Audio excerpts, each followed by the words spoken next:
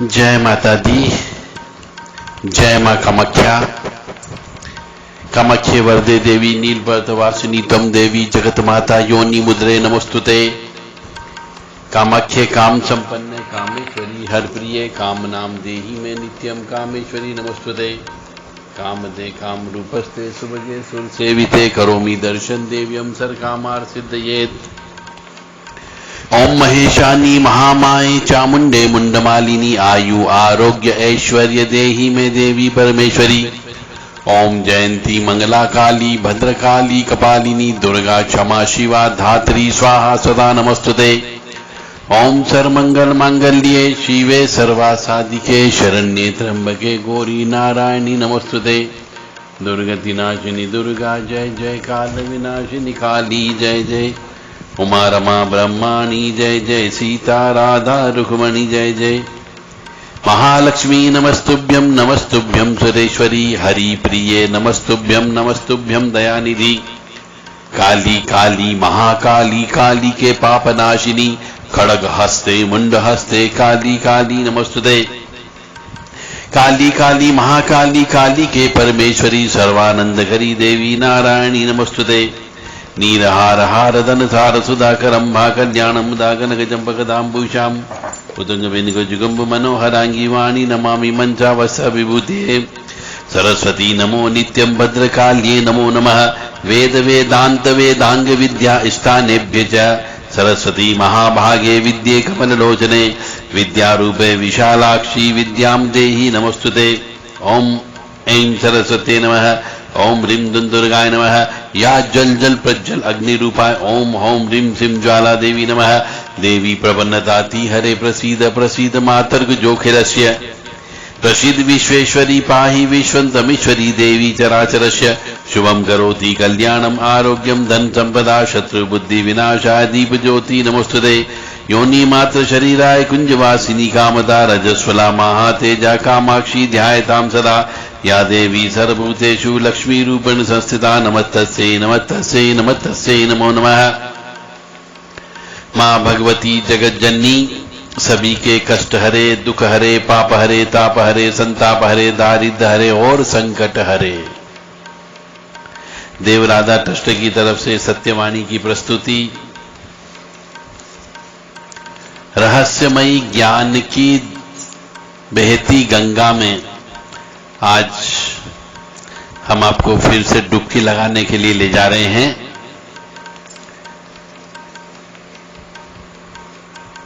बहुत गंभीर प्रश्न है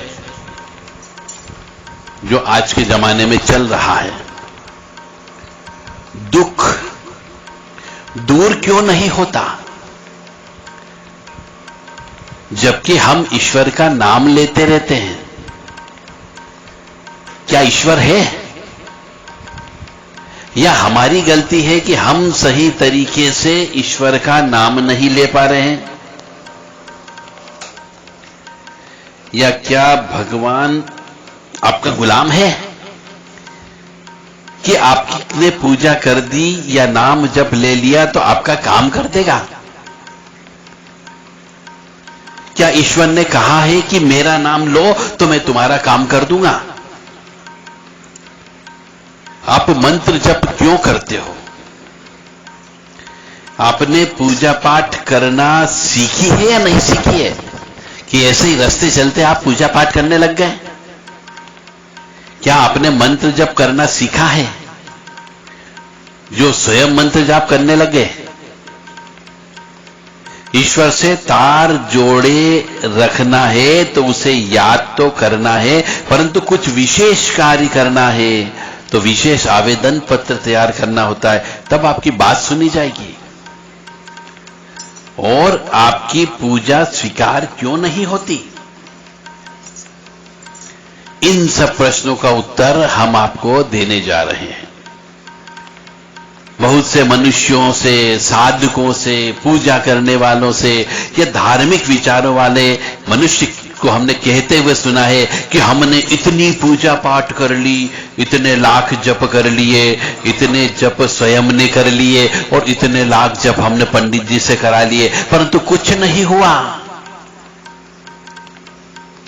हमने दुर्गा सप्तशती के इतने हवन करवा लिए, हमने श्री दुर्गा सप्तशती और श्री भागवत जी के इतने पाठ करवा लिए, 16 सोमवार भी कर लिया, एकादशी भी कर ली, कई बार रुद्राभिषेक भी करा लिया, जैसा जिसने बोला वैसा हमने कर लिया, परंतु भगवान ने हमारी एक नहीं सुनी। किसी ने बोला 21 शनिवार को पूजा करो शनि की, तो हमने जैसी पूजा बताई वैसी पूजा भी कर ली और कराई भी, परंतु कभी सुधार नहीं हुआ। तो भगवान ने एक नहीं सुनी, सब पूजा पाठ बेकार हो गई। और यहां तक भी सुना जाता है कि मैं तो पूजा कर करके बर्बाद हो गया, ऐसे भी कहते हैं। अब इन ज्योतिषियों और तांत्रिकों के इन पर से हमारा भरोसा उठ गया। ऐसा कहते हुए कई मनुष्यों को मैंने सुना है और मेरे पास आए भी हैं।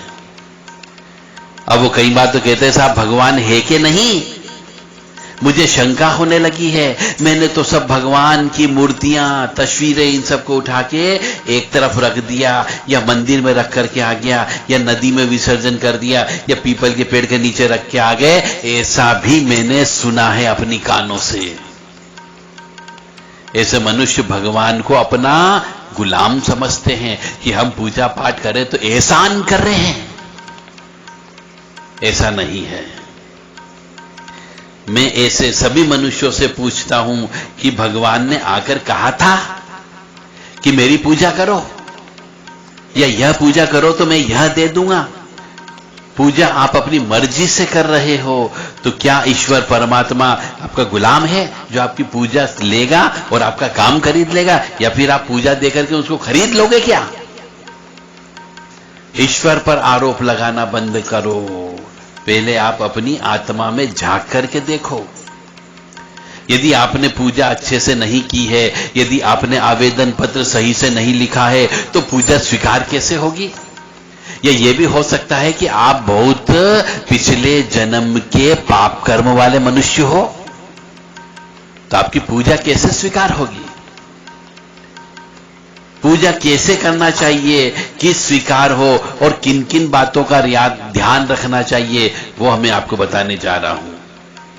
सबसे पहली चीज है कि यदि पूजा करते हो तो पूजा क्यों नहीं लगती है? क्योंकि घर के अंदर मासिक धर्म रहते हुए स्त्री खाना पीना बनाती है, सब जगह हाथ लगाती है, माहवारी रहते हुए खाना पीना बनाती है, रजस्वला रहते हुए खाना पीना बनाती है। तब तक यदि पूजा करोगे उस अवस्था की में, तो यदि खाना पीना बनता हो तो आपकी पूजा पाठ कभी लग ही नहीं सकती।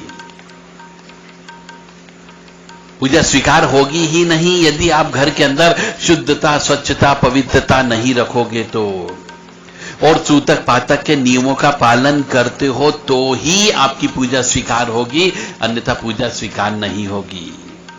नियम धर्म पर चलते हो तो ही आपकी पूजा स्वीकार होगी, अन्यथा स्वीकार नहीं होगी। हमारी परंपरा, रीति रिवाज, संस्कृति, प्रथा, मान्यता का पालन करोगे तो ही पूजा स्वीकार होगी, अन्यथा पूजा स्वीकार नहीं होती है। अमावस्या के नियम का पालन करते हो तो ही पूजा स्वीकार होगी, अन्यथा पूजा स्वीकार नहीं होती है। कुत्ते को रोटी देना, गाय को रोटी देना, चींटियों को कसार देना, मछली को दाना देना, ये करोगे तो ही पूजा स्वीकार होगी। गुरु के निर्देशों का पालन करोगे तो ही पूजा स्वीकार होगी।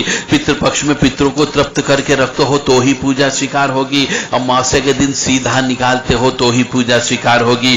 कुल देवी देवता की पूजा करते रहते हो तो ही पूजा स्वीकार होगी। एकाग्र मन से पूजा करोगे तो ही स्वीकार होगी। पूजा कर रहे हैं परंतु मन कहीं और भटक रहा है तो पूजा स्वीकार नहीं होती है। पूजा हमेशा तन से, मन से करें, पूर्ण ध्यान करके करें, पूर्ण विधि विधान का पालन करके करें और समर्पण भाव से करें। यदि समर्पण भाव नहीं है तो पूजा मत करो। अधूरे मन से, अनमने मन से कोई पूजा का कार्य नहीं होता है। यदि करते हो तो आप समय भी बर्बाद कर रहे हो और आपका धन भी खर्च हो रहा, बेकार हो रहा है। मंत्रों का जाप करना, मंत्रों को पढ़ना, स्तुति को बोलना, यह काम नहीं है। इसको काम जैसा मान करके नहीं पढ़ना चाहिए और न ही मंत्र जप करना चाहिए कि यह मेरा काम है। नहीं, यह आराधना है आपकी। जब मन करे तब पाठ करना चाहिए। ऐसा नहीं कि मन ही नहीं है परंतु जबरदस्ती पाठ करते जा रहे हैं, स्तुति करते जा रहे हैं, तो आपकी पूजा पाठ नहीं लगती है। ऐसी पूजा पाठ से बेहतर है कि आप पूजा पाठ ही नहीं करो। पूजा पाठ स्तोत्र स्तुति का अर्थ है ईश्वर से मिलने का एक जरिया है। इसे पूरे भक्ति भाव से, श्रद्धा से करना चाहिए। पूजा करें तो पूरी एकाग्रता से करना चाहिए, अन्यथा पूजा नहीं करना चाहिए। यदि मन नहीं लगता हो तो पूजा मत करो। फालतू ढोंग धतूरा नहीं करना चाहिए। मैंने कई लोगों को देखा है कि वे बस में चलते वक्त, ट्रेन में चलते वक्त, बैठे बैठे या चलते फिरते, बस में बैठे हैं तो मंत्र जप करने लग जाते हैं। ट्रेन में चल रही है, मालूम है 3 घंटे लगेंगे, तो अपनी सुंदरकांड का पाठ खोल करके पाठ करने लगे हैं। हनुमान चालीसा का पाठ करने लगे हैं, किताब खोल करके दुर्गा चालीसा का पाठ करने लग जाते हैं और पढ़ने लगते हैं। तो क्या इस प्रकार का किया गया पाठ, क्या इससे ईश्वर की आराधना होगी? क्या इससे ईश्वर मिलेगा? ऐसा करने से ईश्वर की कृपा मिलती है केवल, परंतु ईश्वर प्राप्त नहीं होगा, कोई विशेष कार्य नहीं होगा। ईश्वर से तार जुड़े रहते हैं, केवल दिमाग जुड़ा रहता है। ऐसा करने से आपको यदि आराधना ही करना है, ईश्वर से ही मिलना है, विशेष कृपा चाहिए, तो बहुत शांति से, पूर्ण समर्पण भाव के साथ में, फुल कंसंट्रेशन से आपको ये पाठ करना चाहिए। ऐसे ट्रेन में, बस में चलते हुए पाठ नहीं करना चाहिए।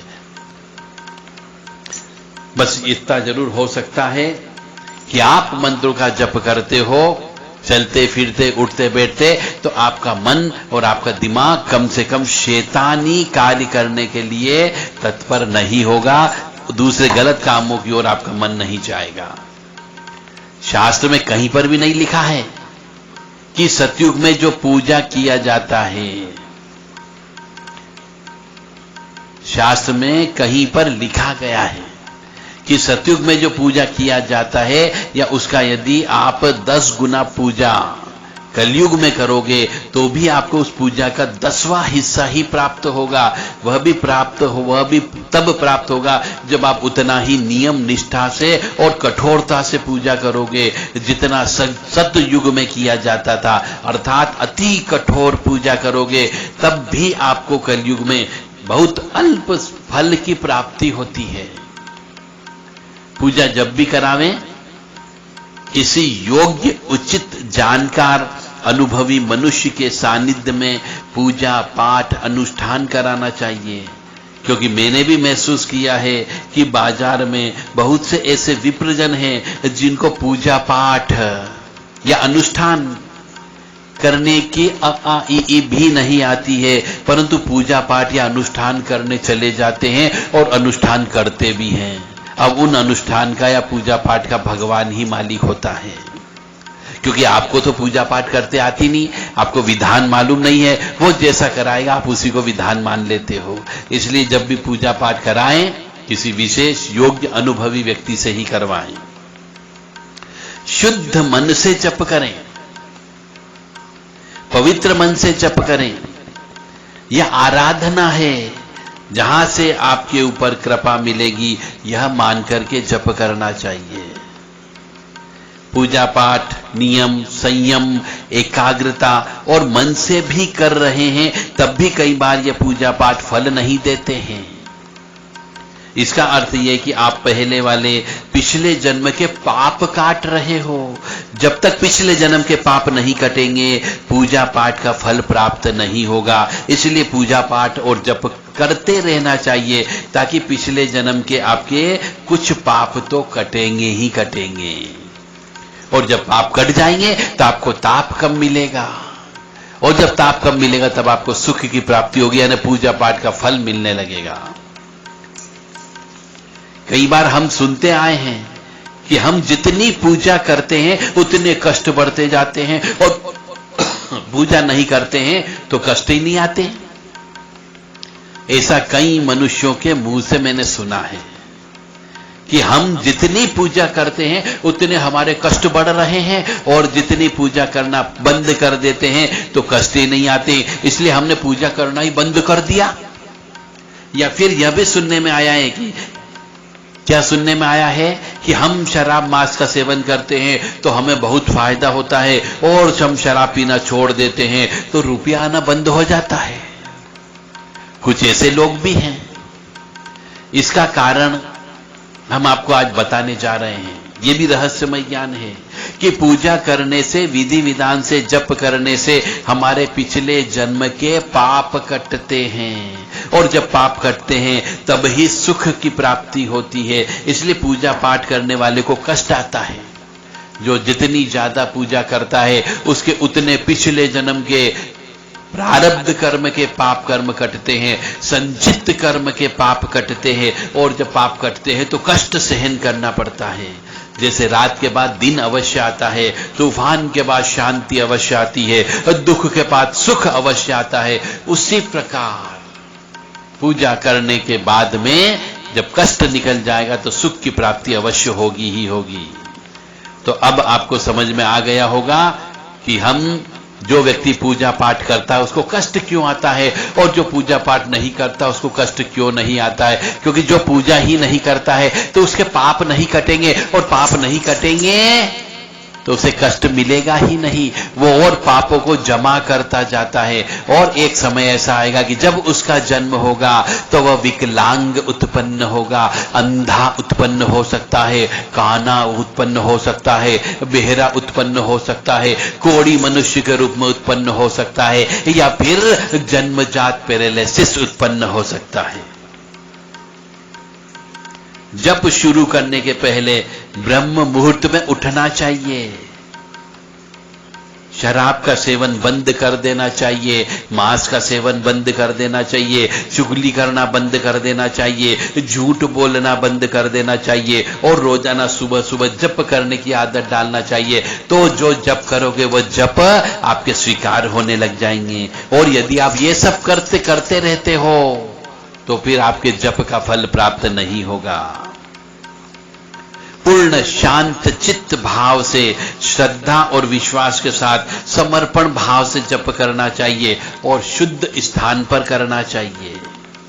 यदि मन भटकने लगे, जप करते समय कई लोगों का मन भटकता है, ध्यान नहीं लगता है, तो एक दीपक अवश्य प्रज्वलित कर लेना चाहिए, और तेज आवाज में जोर जोर से मंत्र का जप करना चाहिए, जिससे आपका मन भटकना बंद हो जाएगा, एक कंसंट्रेशन आपका बन जाएगा उस जगह, तो मन स्वतः स्थिर हो जाएगा। घर की ऊर्जा धनात्मक होना चाहिए। यदि घर के अंदर नकारात्मक ऊर्जा है तो आपका पूजा पाठ का फल नहीं मिलेगा, क्योंकि घर के अंदर आप प्रेतों को पूज रहे हो। जो व्यक्ति मर चुका है उस व्यक्ति की तस्वीरों के आगे आप दीपक अगरबत्ती लगाते हो, या फिर घर के अंदर आपने एक स्थान देकर के एक पत्थर के ऊपर प्रेतों को बिठा दिया हो और उनकी पूजन अर्चन कर रहे हो, तो आप भगवान का कितना ही जप कर लो, कितनी ही स्तुति बोल लो, आपके पूजा पाठ का फल आपको मिल ही नहीं सकता। इसलिए यदि आप सोचें कहीं आपके घर में प्रेतों की पूजा तो नहीं हो रही है, जो व्यक्ति मर चुका था क्या उसको पूजना तो प्रारंभ नहीं कर दिया आपने, और यदि हो रहा है तो भगवान की तक आपकी पूजा नहीं जाएगी। इसलिए घर के अंदर धनात्मक ऊर्जा होना चाहिए, यानी ईश्वरीय शक्ति होना चाहिए, तब आपकी पूजा लगना प्रारंभ होगी। और इस काम करने के लिए आपको गूगल की धुनी देना चाहिए, घी शक्कर की धुनी देना चाहिए, जटामासी, मिश्रित कपूर, लौंग, पीली सरसों, काली राई, जायफल, इन सबको मिलाकर के एक धूना बना लेना चाहिए। उसकी धुनी गाय के सूखे गोबर को जला करके देना चाहिए, जिससे घर के अंदर शुद्धता बनी रहती है, स्वच्छता बनी रहती है, पवित्रता बनी रहती है, और आपका जप करने में मन लगेगा, मन भटकेगा नहीं। रात को सोते समय परमात्मा का ध्यान अवश्य करें, उसको धन्यवाद दें कि आज का दिन तुमने हमें बिना किसी परेशानी के, बिना किसी कष्ट के रहने खाने पीने की व्यवस्था की है, इसलिए परमपिता परमात्मा तेरा लाख लाख शुक्रिया। कुछ लोग ऐसा भी कहते हैं और मेरा भी अनुभव यही कहता है कि सतयुग में जो फल सैकड़ों वर्षों की तपस्या से मिलता था, वो कलयुग में केवल हरि नाम संकीर्तन से मिल जाता है और अंत समय में नाम स्मृति रहने से मुक्ति मिल जाती है। इसलिए मनुष्य को भगवान का नाम लेते रहना चाहिए। चलते फिरते उठते बैठते हमेशा हरि नाम संकीर्तन करना चाहिए। जैसे कि श्री राम जय जय राम, श्री राम जय जय राम, श्री राम जय राम, या फिर अपने इष्ट का नाम लेते रहना चाहिए। दुर्गति नाशिनी दुर्गा जय जय, काल विनाशिनी काली जय जय, उमा रमा ब्रह्माणी जय जय, सीता राधा रुक्मणी जय जय। दुर्गति नाशिनी दुर्गा जय जय, काल विनाशिनी काली जय जय, उमा रमा ब्रह्माणी जय जय, सीता राधा रुक्मणी जय जय। कुछ भी नाम आप ले सकते हो, ईश्वर एक है, वहां तक आपकी आवाज अवश्य जाएगी। आपके बिजली के तार करंट वहां तक पहुंच जाना चाहिए, कनेक्शन अवश्य मिलेगा। बार बार आप उसका नाम का उच्चारण लोगे तो निश्चित तौर से बिजली के तार अवश्य जुड़ करके आपके घर के अंदर लाइट अवश्य आ जाएगी। अब लाइट आ जाएगी तो आप 0 वाट का बल्ब जलाएंगे कि 10 वाट का बल्ब जलाएंगे कि 100 वाट का बल्ब जलाएंगे, ये आपके ऊपर निर्भर करता है। करंट आपने ले लिया, कनेक्शन आपके पास आ चुका, परंतु यदि 0 वाट का बल्ब जलाएंगे तो आपके पास रोशनी कम आएगी। यदि 10-12 वाट का बल्ब जलाएंगे तो रोशनी और तेज हो जाएगी, परंतु यदि 100 वाट का बल्ब जलाएंगे तो बहुत तेज रोशनी होगी। इसी प्रकार से आपके तार तो जुड़े हुए हैं ईश्वर से, बशर्ते कि आपको 0 वाट के बल्ब की जगह 10 वाट या 20 वाट का बल्ब जलाना है। इसके लिए आपको विधि विधान से मंत्र जप करना है, स्तुति का पालन करना है और किसी योग्य पुरुष से ही आपको जप करवाना है या जप करने की पद्धति आपको सीखना है। यानी कि पूर्व दिशा की ओर मुंह रख करके जप करना है, आसन के ऊपर बैठ करके जप करना है, गोमुखी लेकर के जप करना है, आचमनी लेकर के जप करना है, चोटी बांध करके जप करना चाहिए, सिर पे कपड़ा रख करके जप करना चाहिए, दीपक लगा करके जप करना चाहिए और कलश की स्थापना करके जप करना चाहिए और शुद्ध स्वच्छ पवित्र अवस्था के अंदर जप करना चाहिए। तो आपको जप का फल अवश्य प्राप्त होगा। परंतु पिछले जन्म के जब तक पाप कर्म नहीं कटेंगे, आपको जप के फल का प्राप्त होना नामुमकिन है। इसलिए कष्ट अवश्य आएंगे, परंतु घबराना नहीं, आप जप करते रहिएगा। हरे राम राम राम हरे हरे, हरे कृष्ण कृष्ण कृष्ण हरे हरे, हरे राम राम राम हरे हरे, हरे कृष्ण कृष्ण कृष्ण हरे हरे।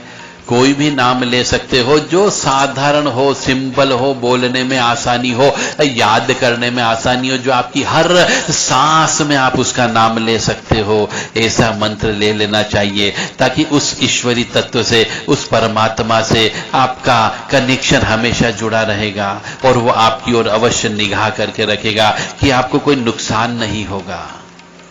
मां भगवती जगत जननी, आद्य शक्ति भवानी, आह्लादिनी शक्ति, कष्ट निवारिणी, दुख निवारिणी, महिषासुर मर्दिनी, चंडमुंड नाशिनी, क्लेश नाशिनी, पाप नाशिनी, सर्व शत्रु घातिनी, सर्व शत्रु नाशिनी महामाया कामाख्या आपको सुखी रखे, स्वस्थ रखे, प्रसन्न रखे। सर्वे भवन्तु सुखिनः, सर्वे सन्तु निरामया, सर्वे भद्राणि पश्यन्तु, मा कश्चित् दुःखभाग् भावे। लोका समस्ता सुखिनो भवन्तु, लोका समस्ता सुखिनो भवन्तु, लोका समस्ता सुखिनो भवन्तु। ओम शांति शांति शांति।